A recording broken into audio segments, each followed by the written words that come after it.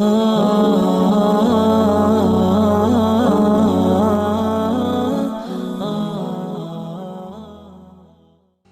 و نصلی علی رسولہ الکریم۔ ایک ساتھی نے سوال کیا تھا کہ اذان فجر کے بعد جماعت تک قضا نمازیں پڑھنا، اسی طرح عصر کی نماز کے بعد مغرب تک قضا نماز پڑھنے کا کیا حکم ہے؟ تو مسئلہ یہ ہے کہ فجر کی اذان کے بعد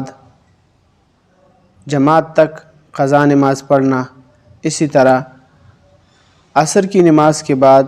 مغرب تک قضا نمازیں پڑھنا جائز ہیں، لیکن اس کے لیے اصول یہ ہے کہ ایسی جگہ میں نہ پڑھے جہاں پر لوگ ہوں، کیونکہ پھر لوگوں کو یہ معلوم ہو جائے گا کہ یہ قضا نمازیں پڑھ رہا ہے، لہٰذا یہ اظہار معصیت کے حکم میں ہے، یعنی گناہ کو ظاہر کرنے کے حکم میں ہے، اور یہ ممنوع ہے۔ شامی جلد نمبر 2 صفحہ نمبر 539، رد المختار جلد نمبر 2 صفحہ نمبر 58 اور 59۔